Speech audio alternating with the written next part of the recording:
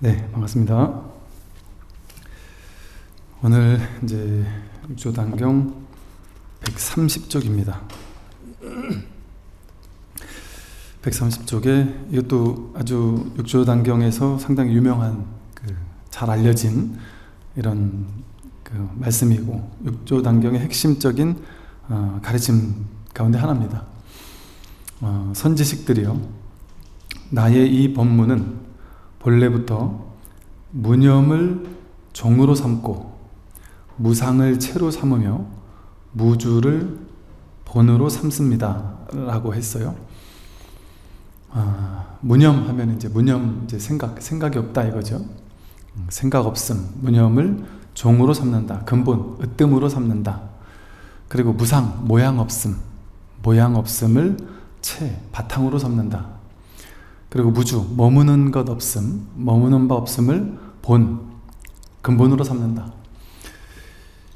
여기서 무념은 종이고 무상은 체고 무주는 본이구나 해서 종, 체, 본, 이게 각각 도대체 뭐가 다를까? 종은 뭐고 체는 뭐고 본은 뭘까? 이게 중요한 게 아니에요. 다 같은 말이죠. 으뜸, 바탕, 근본 같은 얘기예요. 그러니까 이 공부는, 이 법은 무념, 무상,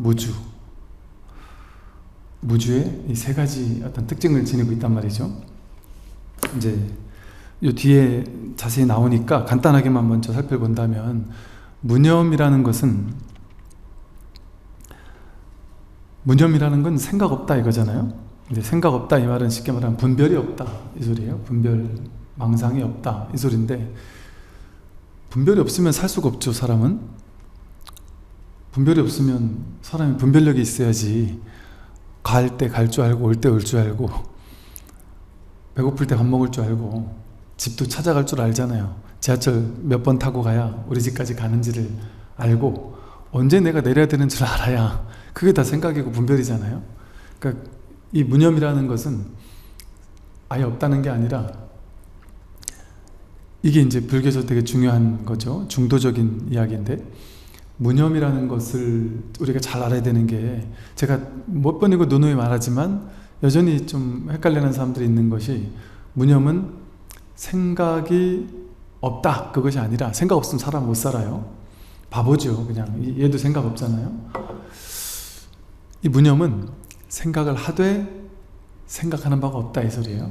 그 말은 생각하되 생각에 머물러 집착하지 않는다. 생각의 실체를 분명히 깨달아서 생각이 실질적이거나 실체적이거나 어떤 실체적인 무언가가 아니다라는 사실을 아는 거죠. 그러니까 인연 따라 일어났다가 인연 따라 사라질 뿐이라는 것을 깨닫는 거죠. 그렇게 되면 생각을 다 필요할 때 쓸 수 있어요. 생각은 일어날 때 충분히 일어난단 말이에요. 분별은 저절로, 왜냐하면 이 현실 세계를 살아가는 데 있어서는 생각을 안 쓸 수가 없습니다. 그리고 실제 우리 마음 공부를 하는 사람도 이게 무념 이러니까, 직장 가가지고 무념하고 있으면은 큰일 나죠. 잘립니다. 회사에서 일하라고 하는데 저는 생각이 없습니다. 그럼 나가야 되죠. 그러니까 생각이 없을 수가 없어요. 그러니까 우리가 직장 생활하거나 현실 생활을 살 때는 생각을 쓰며 살아야 돼요. 그런데 생각을 쓰며 살면서도 무념이래야 되는 거예요. 무슨 무념이냐? 그 생각을 필요할 때 필요한 만큼 다 쓰고 살지만 그 생각에 오염되지 않는 거죠. 생각에 깊이 사로잡히지 않는 거죠. 생각에 머물지 않는 거죠. 그러니까 무주라고 하는 거예요. 무주. 당연하게 무념을 하게 되면 저절로 무주가 돼요. 근데 무념을 한다는 말은, 다시 말하면 무상과 같은 말이에요. 무상이라는 말은 이제 모양 상자를 써요. 우리가 이제 보통 서로 상자라고 하는 말, 이건 이제 모양이라고 하는데, 이 모양이 뭐냐 하면, 불교에서의 모양은 이제 표상작용 이런 말을 쓰기도 하는데, 모양이라는 것은 우리가 이것을 컵이라고 기억하려면 이 모양을, 이렇게 생긴 모양은 우리가 이름을 컵이라고 하잖아요. 그러니까 이 모양이 이 분별의 근간이 되는데, 우리 살아가는 삶의 근간이 돼요. 우리가 중생을 중생이게 하는 어떤 근간이 돼요. 그러니까 여기가 뭐 바탕이 되니 이렇게 채가 되니 이랬잖아요. 즉 우리가 처음 태어나자마자 갓난아기 때 응애응애 하다가 이제 조금 엄마 뭐 아빠 얘기를 하기 시작할 때쯤 되면 애들한테 이제 사회생활을 제대로 하도록 가르쳐 줘야 되기 때문에 아이한테 표상작용을 일깨워줍니다. 표상을 만들어줘요. 두 가지 이제 단어 카드를 만들어서 앞에다가는 컵 이렇게 써놓고, 한글로 컵 써놓고, 뒤에다가는 이제 컵 모양을 사진을 이렇게 찍어서 논단 말이에요. 그럼 얘한테 컵 이런단 말이에요. 그러면 앞에 있는 컵 모양을 보고 뒤에 있는 컵이란 글씨를 본단 말이에요. 그래서 컵이라는 글씨와 컵이라는 모양을 매칭시키는 작용을 배운단 말이죠.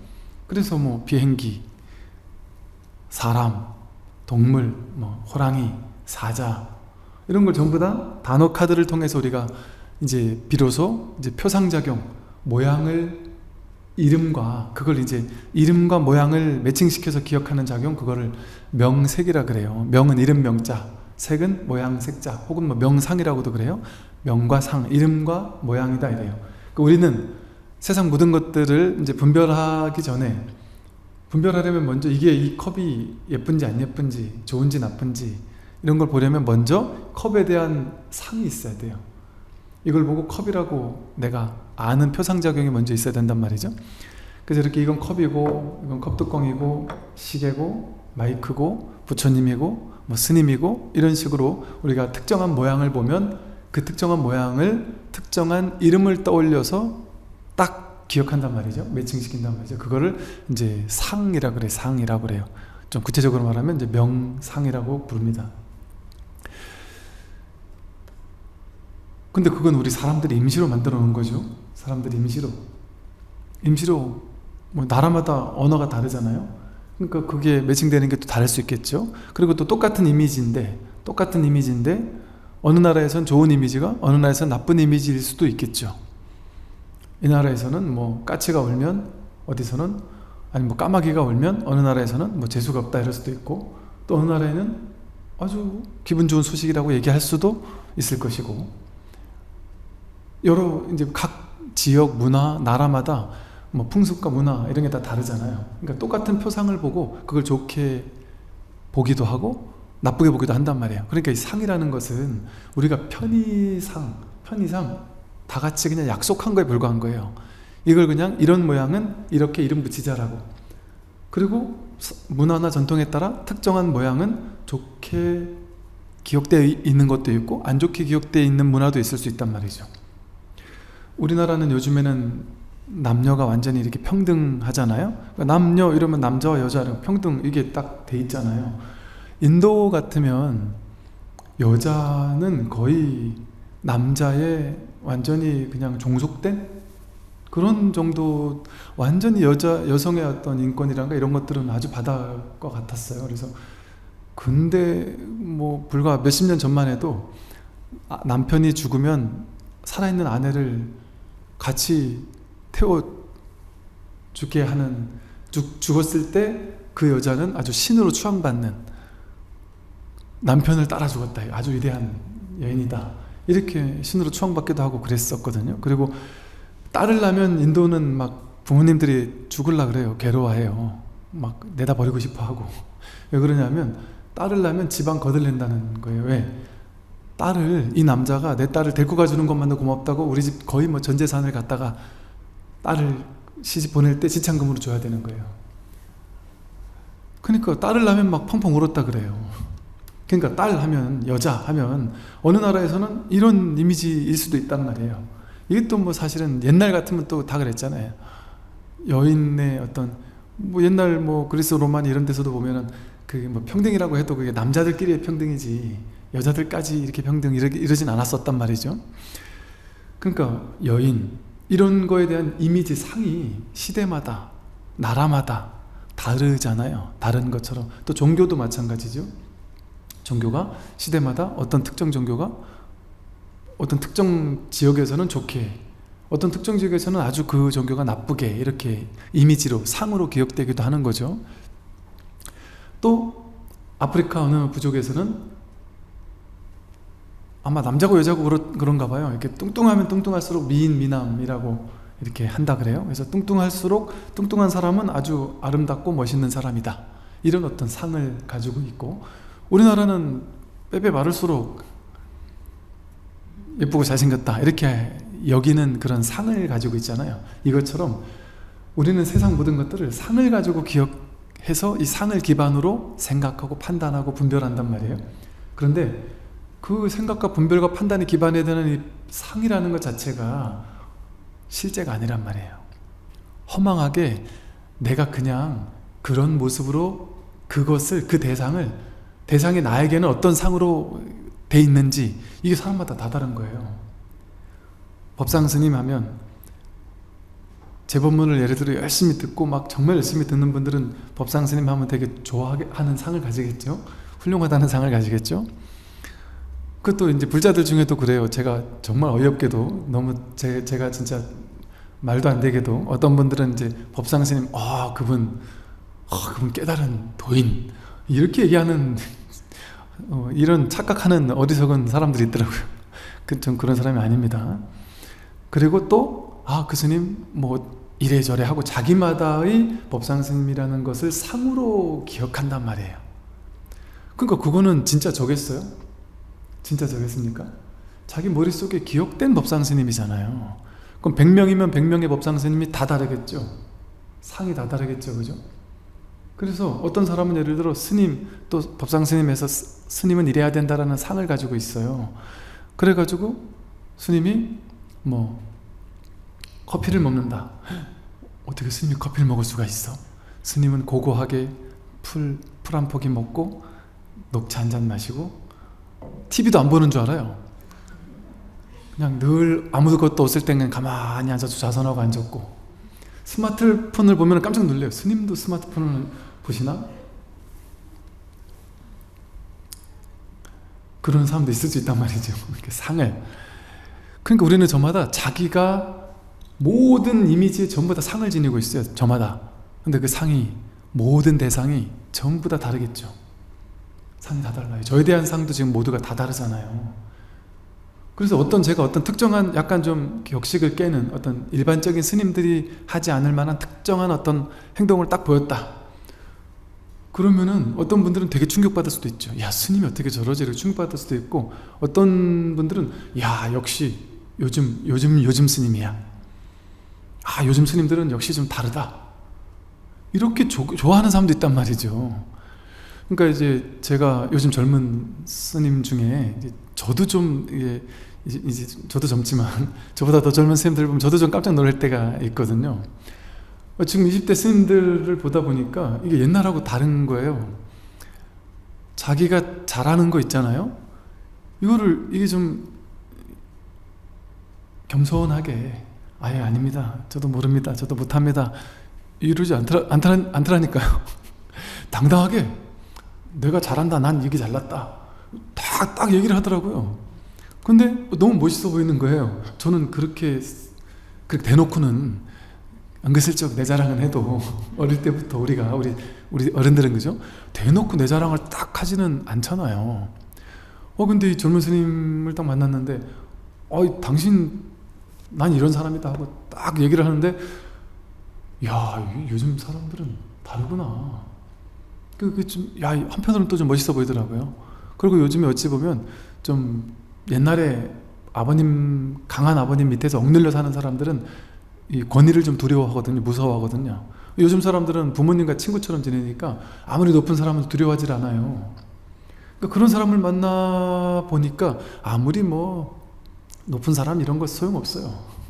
그냥 자기 할 말 다 하고. 그게 이게 너무 또 멋있더라고요. 한편으로. 우리는 그렇게 못 살아봤는데. 그러면 그걸 보고 스님이 좀 겸손한 맛이 있어야지. 스님이 자기가 잘났다고 이렇게 얘기하면 되겠냔 말이죠. 그것도 자기 생각 아니냔 말이에요. 자기 생각 아니겠어요? 똑부러지게 할 말은 딱 하고 걔는 기다 아니면 아니다 이런 게 날 수도 있단 말이죠. 또 그게 아닐 수도 있고. 그러니까 그래서 옳고 그른 건 없는 거예요. 근데 우리는 저마다 이런 대상만 모양을 지니고 있는 게 아니고요, 스님에 대한 모양을 머릿속에 이미지로 그려놔요. 산을 그려놔요. 스님은 이래야 돼, 교수님들은 이래야 돼, 또 뭐 선생님은 이래야 돼, 이런 나름대로의 상을 다 가지고 있잖아요. 그래 놓고서 그 상에 맞지 않는다고 해서 상대방을 미워하고 싫어하고 시기 질투하거나 이럴 수도 있단 말이죠. 그건 다 자기가 머릿속에서 만들어 놓은 상이에요. 보수, 진보라는 이름에 보수는 이런 상, 진보는 이런 이미지를 자기마다 가지고 있겠죠. 사람마다 보수와 진보에 대한 이미지는 다 다르겠죠. 어떤 사람은 보수를 되게 좋아하는 너무 좋은 이미지고, 어떤 사람은 보수를 너무 싫어하면서 진보를 좋아하는 이미지일 수 있겠죠. 두 사람이 만나면 똑같은 얘기를 하고 있는데 전혀 평행성을 긋겠죠. 똑같은 정치인을 얘기하는데 이 사람은 너무 좋아하고 이 사람은 너무 싫어할 수 있겠죠. 왜? 똑같은 사람을 얘기하는데도 전혀 극과 극의 평가를 한단 말이에요. 왜 그럴까요? 상이 다르기 때문에. 저마다 머릿속에 그 대상에 대한 이미지가 사람마다 다 다르기 때문에. 근데 이건 이런 대상만 그런 게 아니라 그랬어요. 사랑의 이미지가 다 달라요, 사람마다. 어떤 사람은 사랑하면 막 20대 때 아름다운 막 가슴 설레는, 가슴 뛰는 그런 사랑을 생각하는 사람도 있고, 어떤 사람은 사랑하면 부모님이 자식을 따뜻하게 아껴준 그런 사랑을 생각하는 사람도 있고, 또 어떤 할머님은요, 사랑하면 아주 그냥 사시나무 떨듯이 막 그냥 사랑 같은 말도 안 되는 소리, 쓸데없는 소리 하지 말라고. 사랑이 어딨냐고, 세상에. 그런 낭만적인 할아버지는 없다. 그런 놈들은 없다, 세상에.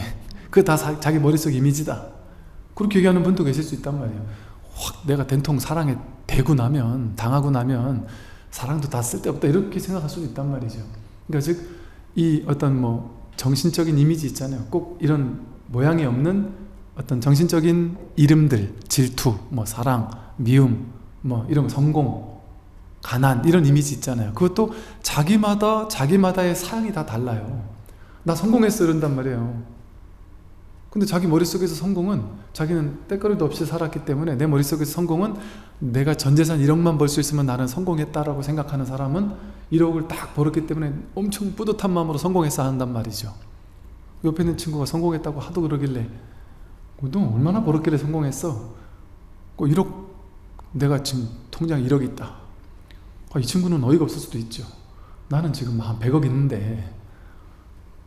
상이 다른 거죠, 완전히. 부자라는 그 말, 부자라는 이미지에 대한 상이 완전 다른 거예요.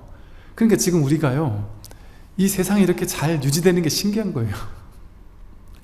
TV에서 뉴스 하나가 나와도 그 뉴스에 대해서 사람이 백이면 백 전부 다 다른 해석을 해요. 무슨 증시가 오른다 내린다, 무슨 금리가 오른다 내린다, 이거 하나 가지고 사람마다 다 다른 판단을 한다니까요. 자기를 기준으로 나에게 도움이 되느냐 안 되느냐 이런 걸 또 판단하고 하잖아요. 그러니까 그 똑같은 말, 개념, 언어가 사람마다 다 다른 이미지로 기억돼 있어요. 저를 보고서 어떤 기독교 서점에 있는 주인분이 저를 보고 너무 불쌍한 표정을, 측은한 표정을 지면서 첫 마디가 그거였다니까요. 책을 가지고 골라가지고 이렇게 개살수 했더니, 근데 그게 제가 기분 나쁘지가 않았어요. 정말 진심으로 하는 말인 것 같아서 저를 너무 불쌍해한 표정으로 보면서 어쩌다 이렇게 되셨어요. 그 말을 듣고 저도 사실 그때 되게 놀랐어요. 이렇게 생각하는 사람도 있을 수 있구나. 그 스님이라는 상이 그분에게는 그렇게 이렇게 이미지가 돼 있을 수도 있겠죠, 그죠? 그리고 또 제가 처음 출가할 때만 해도 그 당시 이런 말 해도 되나? 그 당시 일부, 아주 극소수의, 지금은 다 나갔겠죠. 그 당시 IMF형 스님이 일부 있었다 그랬는 말도 들렸었어요. 그러니까 너무 힘드니까, 사는 게 너무 힘드니까 이제 도저히 안 되겠다 해가 출가하신 분, IMF형 스님이다, 나쁜 거 아니에요. 왜? 사람은 왜 출가하겠어요? 괴로움을 딱 직면할 때, 이 괴로움에서 벗어나야 되겠다라는 뭔가 정신적인 딱 전환이 있을 때 그때 출가하거든요. 그게 출가의 정신이에요. 그걸 얕잡아 볼 일이 아니란 말이에요.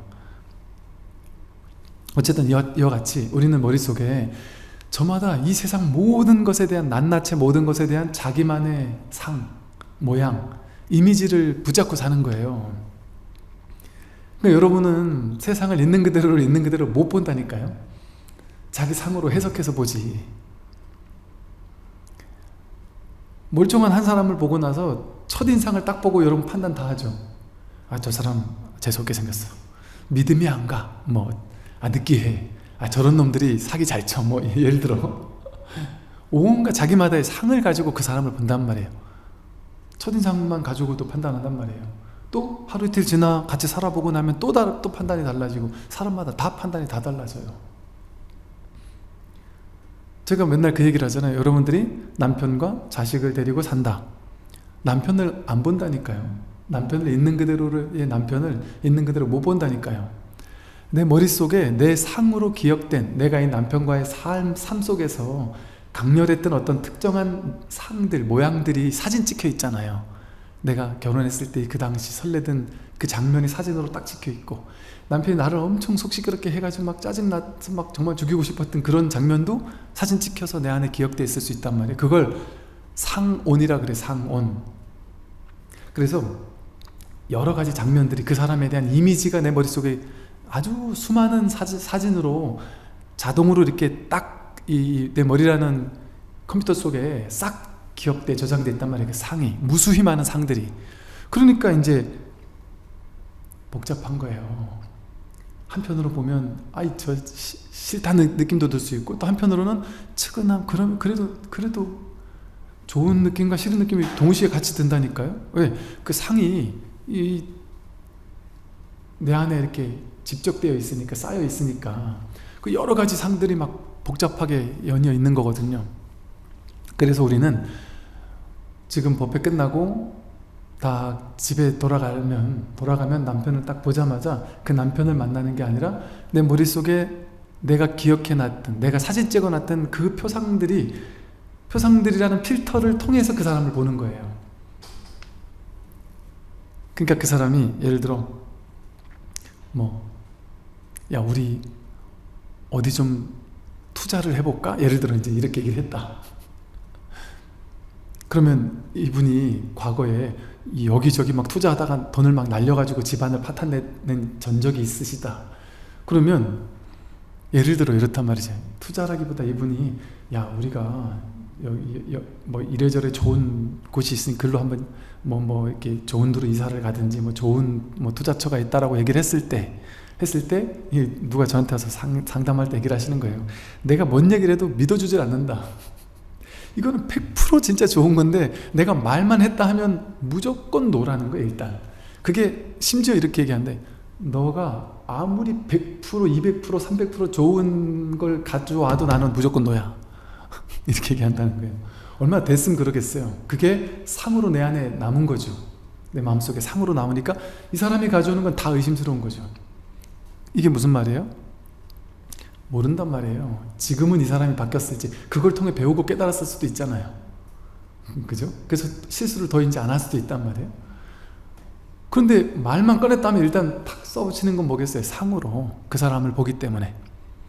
또 이 사람이 나한테 뭘 하자 이러면은, 당신 한마디 하면 또 이거 할라래지 또 저거 할라래지 하면서 내가 미리 그냥 짐작해가지고 넘겨짚는단 말이에요. 뻔히 이런 얘기 하겠지. 자식들이 문 꽝 닫고 들어가 있으면 또 게임 하겠지. 표상작용이 게임 맨날 하고 앉아있는 걸 보니까. 그러니까 그런 식으로 자기 머릿속에 표상작용으로 이렇게 기억되어 온 세상을 살고 있어요. 전부 다. 그래서 모든 중생들은 실제 진짜 삶을 안 살아요. 실제 삶을 안 살고 진실된 삶을 살지 못해요. 머릿속에 상으로 기억된 허망한 허상의 망상의 세계를 사는 거예요. 우리 모두가. 진짜 남편을 못 만나고 진짜 자식을 못 만난다니까요. 불쌍하게, 안타깝게도 진짜 어머니 아버지를 못 만난다니까요. 모든 회사 사람들을 만날 때 내 머릿속에 이미지 상으로 그 사람을 만나요. 그게 좋은 상이든 나쁜 상이든 상관없이 저마다 자기 마음속에 필터로 기억되는 걸 만나는 거예요. 그러니까 이게 트라우마라고 하죠. 옛날에 어떤 트라우마처럼 이 상이 강력하게 상처 막 강력하게 어떤 남아가지고 이게 이제 내 인생에 어떤 장애를 가져올 때쯤 되면 이걸 이제 업장이라고도 하고 트라우마라고도 한단 말이에요. 그러니까 어떤 큰 상처가 있는 사람은 좀처럼 치유가 안 돼요. 사람들 많은 곳에 못 가는 사람들 있잖아요. 그 사람들 많은 곳에 이렇게 서 있지도 못해요. 막 초조해가지고 불안해가지고 비행기 타면 막 장애, 공황장애 같은 오는 사람들 있잖아요. 그런 사람들 비행기를 못 탄다니까요. 지금 진짜 못하는지는 알 수 없는데 옛날에 내가 못 탔던 그 상을 쥐고 있으면 지금 사실은 다 나았어도 그 상황이 되면 똑같이 그 상황이 벌어지기가 쉽습니다. 왜? 마음에서 만드는 거기 때문에 그래요. 마음에서 만들어내는 거기 때문에. 제가 놀라운 경험을 옛날에 했다니까요. 제가 침을 못 맞았어요. 어릴 때 할머니가 워낙 침을 놓는 분이라서 침을 맨날 놓으니까 너무 무서워서 침만 놓는다면 도망갔던 기억이 나요. 그러니까 제가 침 놓는 걸 되게 무서워했었던 것 같아요. 어렸을 때. 근데 이제 내 출가하고 나서 이렇게 뭐 부득이하게 이렇게 뭐 침 맞을 일이 있어가지고 몇 번 침 맞으러 갔었어요. 근데 그때는 이제는 뭐 그 어릴 때 기억이니까 그런 건 다 잊고 뭐 침 맞는 게 뭐 별거겠나 하고 맞았더니 별로 안 아프더라고. 그래서 몇 번 맞아보니까 이제 침 맞는 게 안 아픈 게 아니라 시원하대요. 희한하대. 침 맞는 게 시원하더라고요. 뭐 맞고 나니까 시원해서 이제는 이렇게 얇게 침 놔주는 데는 안 가게 되더라고요. 세게 침 놔주는데 오히려 가게 되더란 말이죠. 그래서 그날도 그냥 평소처럼 가가지고 이제 침을 맞았어요. 침을 맞았는데 그날 맨날 똑같이 침 맞다가 너무 시원하게 침 맞다가 그날 침을 맞다가 문득 한 생각 어릴 때 할머니가 나를 침을 막 아버지 어머니가 붙잡아가지고 막 침을 놓던 그 기억이 떠오르면서 너무 그때 충격적이어가지고 막 그 장면이 살짝 떠올랐어요.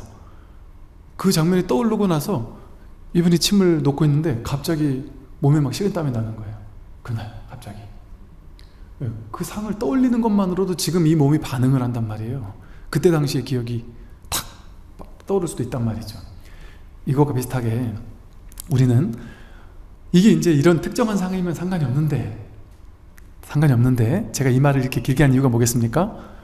우리는 이 세상 모든 것을 바라볼 때 자기만의 상을 가지고 자기만이 가지고 있는 유일한 나만이 가지고 있는 내 필터를 가지고 세상 모든 것을 걸러서 보는 거예요. 왜곡해서 보는, 색안경을 통해서 걸러서 본단 말이에요. 그러니까 사실은 남들과 대화가 되는 게 신기한 거예요. 되는 게 신기한 거죠. 그나마 우리가 사람들이 성격이 그래도 좋으니까 좀 나와 생각이 틀려도 틀린 사람도 있는갑다 하고 어느 정도 이렇게 받아들이니까 사는 거지. 근데 속으로 저 사람은 진짜 난 이해를 못하겠어 하는 사람들 많잖아요. 그 사람은 어떨까요? 내가 도저히 이해를 못하겠을 수 있어요. 그리고 그 사람이 살아온 삶에서 장면을 찍어 놓은 거예요. 상을 찍어 놓은 거예요. 사진을 찍어 놨단 말이에요. 그게 업식이라 그래요. 업장이라고도 그러고. 업이라는 삶의 경험이 의식으로 자리 잡았단 말이에요.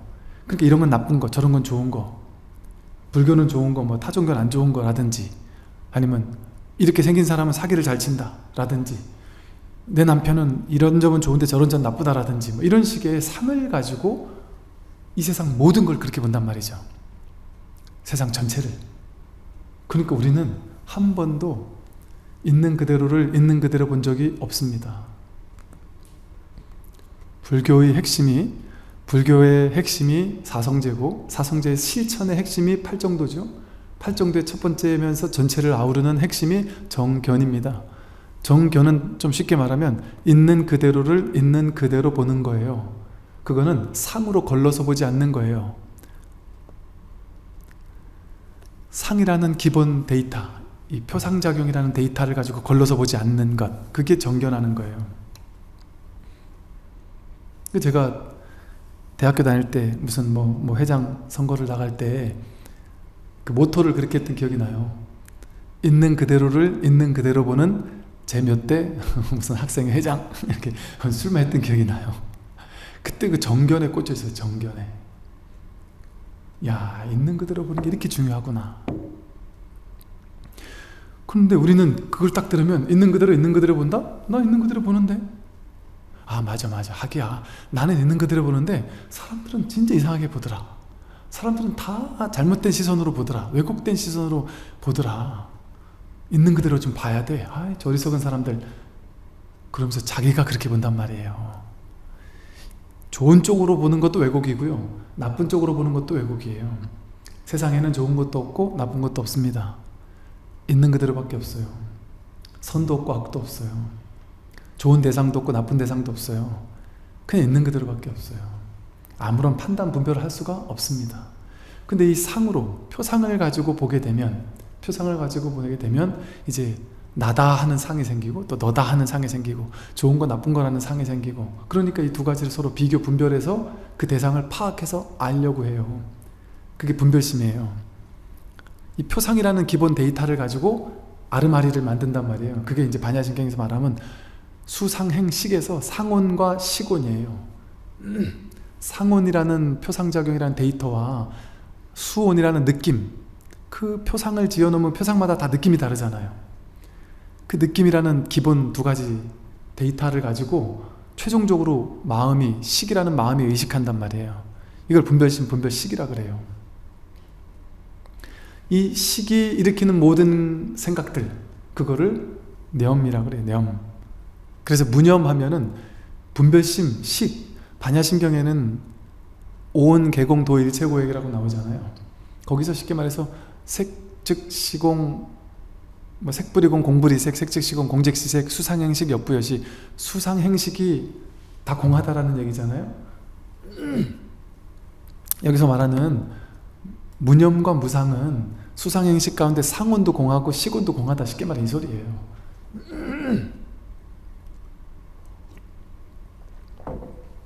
물론 교리적으로 들어가면 약간씩 다른 게 있다 이럴 수 있겠지만, 그래서 이렇게 저마다의 상을 가지고 세상을 바라보면서 분별을 하는데, 또 분별도 마찬가지예요. 저마다 다른 분별을 해요. 똑같은 대상에 표상도 다르지만 표상에 대해서 분별이 또 다 달라요. 그걸 바라보는 자기만의 분별 의식이 다 다르단 말이에요. 어떤 사람은 A라는 사람을 좋아하고 어떤 사람을 싫어하고, 어떤 사람은 어떤 특정한 이념이나 사상을 좋아하고 어떤 사람은 싫어하고, 어떤 사람은 저 사람 사기꾼이라고 하고 어떤 사람은 열렬한 신자가 되기도 한단 말이에요. 이단 종교에 그러기도 하잖아요. 그와 같이 상에 우리는 얽매여서 사는 존재들이고, 또 이 분별심에 얽매여 사는 존재란 말이죠. 그래서 이 육조단경에서 하는 말은, 그러니까 이 무상이라는 말, 상에 얽매여서는 안 된다라는 말을 대표적으로 하고 있는 경전이 금강경이에요. 아상, 인상, 중생상, 수자상을 타파해라. 상을 깨는 가르침을 설하는 게 금강경이죠. 그리고 이제 나머지 경전들은 대부분이 이제 식을 깨는 무념을 얘기하는 거죠. 그래서 여기서는 이제 무념을 종으로 하고 무상을 채로 하고 무주를 본으로 한다 했는데, 이렇게 무상과 무념을 실천한다면 어떤 상에도 걸림없고 어떤 생각도 일으키더라도 거기 끌려가지 않는다면, 무상과 무념을 실천하게 된다면 저절로 무주가 돼요. 머무르지 않게 되죠. 집착하지 않게 된단 말이에요. 머물러 집착하지 않는다. 그냥 흘러갈 뿐이에요. 재행무상으로. 어디도 머물 게 없어요. 머물러서 집착할 만한 게 아무것도 없습니다. 어떤 생각에도 집착하지 않는단 말이에요. 그냥 왔다 갈 뿐이에요. 모든 생각, 표상, 그것들을 써먹을 줄 알아도 거기에 머물러 집착하진 않는다. 특정한 표상에 내가 머무르지 않는 거예요. 특정한 생각, 가치관 이런 거에 머물러서 이것만이 절대 진리야 라고 얘기하지 않습니다. 어떤 표상에도, 어떤 생각, 관념, 개념에도 머물러 집착하지 않게 되죠. 자유롭게 흘러가는 삶을 살게 된단 말이죠. 무념, 무상, 무주를 실천하게 되면. 그러면 정말 자유로워지죠. 어디에도 걸림이 없으니까. 걸림이 없으니까. 상에 얽매이지 않고 상을 빼고, 생각을 빼고, 어디도 머무는 법 없이, 어디도 집착하는 법 없이, 이걸 한번 보세요. 무념, 무상, 무주로 이걸 보면 뭐죠? 컵이라고 하면 벌써 상이잖아요, 그죠? 예쁜 컵 하면 벌써 예쁜 하고 분별했잖아요. 분별하니까 그건 벌써 생각이 일어난 거죠. 무념이 아니란 말이에요. 그럼 뭘까요, 이거는? 컵이에요. 무념으로 하면 이건 컵이 아니잖아요. 그런데 무념으로 하면 이게 컵이에요. 왜 그럴까요? 컵이라는 거는 무상이죠. 상이죠. 상이죠. 그죠? 제가 컵이라고 얘기하면 벌써 상에 얽매인 거잖아요. 그죠? 그런데 제가 뭐라 그랬어요? 무념과 무상은 아예 생각도 없고 표상도 없는 게 아니라 그랬죠? 있으되 없는 거라 그랬죠? 있으되 거기 걸리지 않고 머무는 법 없이 마음을 내는 거라 그랬잖아요. 제가 컵이라고 할 때는 컵에 집착하는 마음으로, 컵에 머무는 마음으로, 컵이라는 표상에 얽매인 마음으로 컵이라고 한 게 아니고 그냥 컵이라고 했단 말이에요. 머물지 않는 마음으로, 상에도 머물지 않는 마음으로 컵이라고 했을 때는 컵, 이게 문제가 없단 말이에요.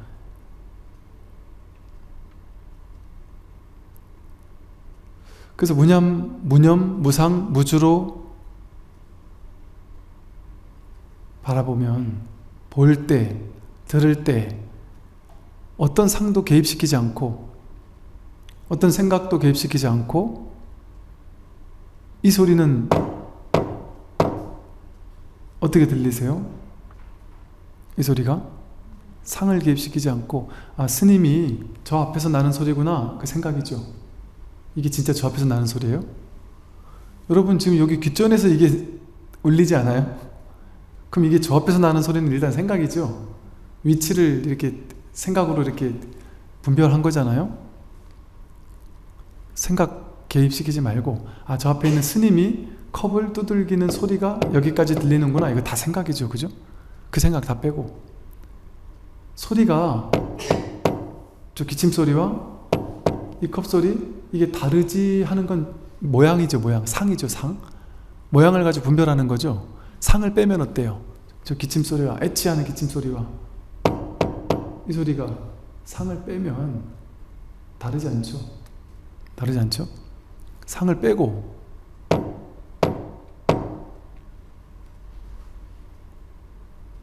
상을 빼고 들어보세요.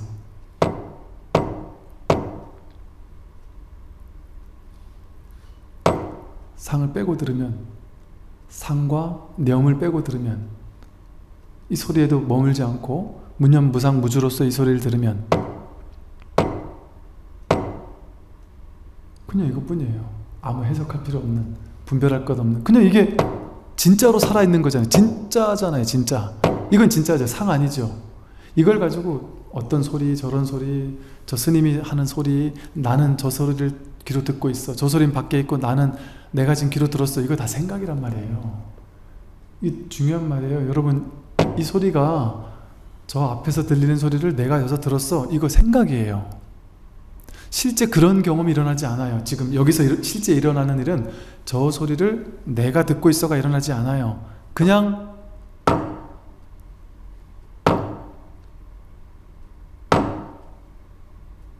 굳이 말로 표현하면 이거 하나가 통으로 그냥 이것뿐이죠. 통으로 이것뿐이란 말이에요. 여기는 저 소리를 내가 듣는다라는 주객으로 나뉘지 않아요. 그냥 이게 경험된단 말이에요. 그냥 이게 진짜란 말이에요. 이게 진짜 진실. 그러니까 진실은 이거예요. 이거. 나머지는 개념 따라가고 모양 따라가고 말 따라가고 분별 따라가서 내가 중생의 분별로서 상으로서 세상을 바라보니까 좋은 일 있고 나쁜 일 있고 성공 있고 실패 있고 성공 있고 실패 이거 다 생각이고 개념이잖아요. 성공 실패가 어디 있어요? 늘 그냥 볼 뿐이고 들을 뿐이고 말할 뿐이고 생각할 뿐이고 행동할 뿐이고 매 순간 그럴 뿐이지. 오고 가는 게 어디 있어요? 오고 가는 게 어디 있습니까? 내가 온다라고 생각하고 간다라고 생각할 뿐이지. 제가 뭐 인도, 아프리카, 히말라야 다 가봐도 제가 한 거는 그냥 이거밖에 없어요. 이거 발로 한 발 한 발 내 발등 위를 그냥 계속 왔다 갔다 한 거예요. 마치 그 헬스장에 가면은 이게 런닝머신을 제자리에서 맨날 걷듯이 1시간을 거기 위에서 걸어도 그냥 그 자리잖아요. 제가 부산에서 서울까지 차를 타고 오는데 진짜 왔냔 말이에요. 나는 그냥 가만히 앉아 있었는데 왔다라는 생각이 일어날 뿐이지. 그러니까 어떤 사람에게 서울에서 부산까지 왔다 가는 건 엄청 먼 거리, 어떤 사람에게 서울 부산까지는 동네 같을 수도 있어요. 제가 미국에 갔을 때 보니까 워싱턴, 뉴욕, 보스턴 그냥 요쪽은 그냥 동네더라고요. 동네. 한국에 보니까 이렇게 먼 거리가. 그러니까 자기 한 생각에서 있단 말이에요. 한 생각. 한 생각에 따라 달라지잖아요. 달라지잖아요. 그럼 그게 진실이란 말이에요. 서울 부산이 멀어라는 게 진실이란 말이에요. 자기 생각이지. 이런 방식으로 우리는 삶의 모든 것을 개념 짓고 분별하고 헤아리고 판단하고 이해해서 그거를 진짜 삶이라고, 그 가짜 삶을 진짜 삶이라고 착각하며 그 삶 속에 사는 거예요. 그 삶은 어떤 삶일까요? 내가 생각, 개념, 분별로 만들어 놓은 환상의 세계, 내가 만든 메타버스의 세계예요. 요즘에 그 메타버스 맞죠, 이름이? 메타버스라 그래가지고 이렇게 가상 공간에서 막 사람 캐릭터도 만들고 옷도 입고 빌딩도 짓고 땅도 사고 뭐 이러면서 거기서 뭘 한대요. 그래가지고 누가 저한테 스님도 이제 유튜브는 이제 좀 있으면 환불 갑니다. 메타버스에서 절을 짓고 메타버스에서 스님 캐릭터를 만들어서 거기다가 절을 하나 지셔야 돼요. 그러길래 거기다 절을 져요? 그랬더니 거기다가 절을 짓는 또 방법이 있대요. 그러려면 땅을 사야 된대요. 지금 땅이 싸니까 쌀 때 사야 된다는 거예요. 그게 뭔 말인지를 모르겠는 거예요, 도대체. 그래서 제가 깔아가지고 제페토인가? 그 네이버에 사는? 잠깐 한번 들어가 봤는데 왔다, 이거 참 제가 이게 두뇌 그런지 빨리 화가 안 와닿는 거예요. 뭐가 이게 복잡해요. 근데 요즘 젊은 친구들은 막 그걸 한다는 거예요. 그리고 앞으로 미래는 거기에서 실제 돈도 벌고 그 가상세계에서 뭘 다 한다는 거예요. 왜 사람들이 자꾸 그 짓을 할까요? 그 메타버스라는 가상세계가 지금 이 현실세계와 똑같아요. 이게 그거라니까요. 지금 이게 진짜 이건 현실이니까 자기는 가상세계 들어가서 뭔가 위로받고 안심받고 돈도 벌고 하고 싶은 거잖아요. 이게 가상세계라니까요. 지금 내가 만든 가상세계, 굳이 네이버에서 만든 거에 들어가가지고 무슨 땅도 사고 이럴 필요가 없어요. 내가 지금 자기 가상세계를 전부 다 자기 혼자만 자기가 만들어 놓고 자기 혼자 그 속에서 자기 혼자 사는 거예요. 남들은 지금 저마다 자기가 만든 상으로 만든 다른 가상세계를 저마다 살고 있거든요. 그래서 우리는 같은 세계를 다 같이 들어와서 살고 있다고 생각하잖아요. 아니라니까요. 다 각자 자기만의 세계를 살고 있어요. 자기가 만든 세계. 그러니까 하나의 지구에 모든 사람이 70억 인구가 사는 게 아니에요. 전부 다 자기가 만들어 놓은 실제하지도 않는 허망한 허상으로 만들어진 거짓 세계, 가짜 세계. 나는 가난해, 거짓이라니까요. 나는 부자야, 거짓이라니까요. 나는 잘생겼어, 거짓이라니까요. 제 도반 스님 중에 이렇게 산적 비슷하게 생긴, 좀 좋게 말하면 그 중국의 그 무슨 뭐라 그러죠? 그 포대 화상 같이 생긴 스님이 계세요.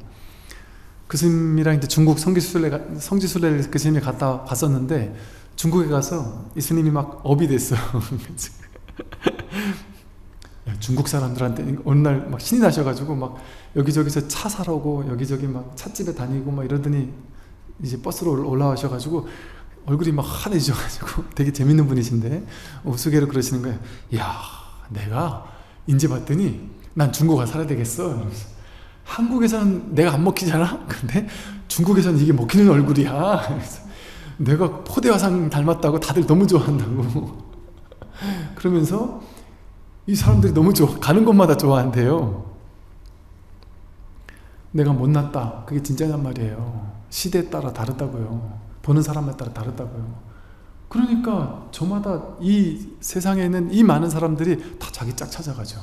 자기 짝에게는 자기가 멋있는 거라. 그러니까 내가 봤을 때 잘났다 못났다 이게 진짜냔 말이에요. 자기에 대한 판단이 진짜 옳았냔 말이에요. 내가 잘났는지 못났는지, 나는 인생 실패한 거 진짜냔 말이에요. 하물며 너무 자기가 잘난 줄 알고 사는 사람은 내가 잘났다는 게 진짜냔 말이에요. 잘난 것도 없고 못난 것도 없다고요. 옳은 것도 없고 그런 것도 없습니다. 올바른 거 그런 거? 그런 거 올바른 거 그런 게 진짜 있을까요? 물론 최대한 지금 현실에서 내가 할 수 있는 올바른 삶을 살아야죠. 정의로운 삶을 살아야죠. 근데 그게 정해져 있냔 말이에요. 진짜 절대 진실로 정해진 게 있냔 말이죠. 없습니다. 다 개념이 만들어낸 거예요. 선악이라는 것도 개념이 만들어냈어요. 이 나라에서는 선인 게 저 나라에서는 악일 수 있죠. 당연히. 뭐 울지문덕 영계소문, 중국에서는 자기 나라 사람들을 막 30만씩 그냥 죽여버린 적군의 수장이잖아요. 이처럼 우리는 자기가 만든 이렇게 상으로서 또 염으로서, 그러니까 생각과 모양으로서, 좀 더 이제 풍성하게 얘기한다면 수상행식으로서, 수상행식이 진짜 난 줄 알고 수상행식으로 만든 거짓된 허망한 세계, 가상세계, 자기가 만든 이 메타버스의 가상세계에서 이 가상 캐릭터를 꾸미고 있는 거거든요. 옷을 사 입고 집을 사고 차를 사고 하면서 이 가상 캐릭터를 꾸미면서 여기 만족하는 거예요. 남들이 야 예쁘다 이러면 진짜 내가 예쁜 줄 아는 거예요. 나는 이 캐릭터 하나가 내가 아니라 이 가상세계 전체가 다 내가 만든 건데, 가상세계 전체가 난데, 내가 만든 조물주가, 내가 만든 한 존재가 내가 만든 이 캐릭터를 칭찬하면 자기 칭찬하는 줄 알고 좋아서 막 신나하면서 또 비난하면은 괴로워서 산단 말이죠. 그게 다 헛것이라니까. 헛것, 허망한 놀이에 사로잡혀 있는 것과 똑같다. 이제 이런 무상과 무념, 무주를 생각하면서 오늘 이제 그 무상, 무주, 무념을 이 육조 스님은 어떻게 설명하고 있는지를 한번 보겠습니다.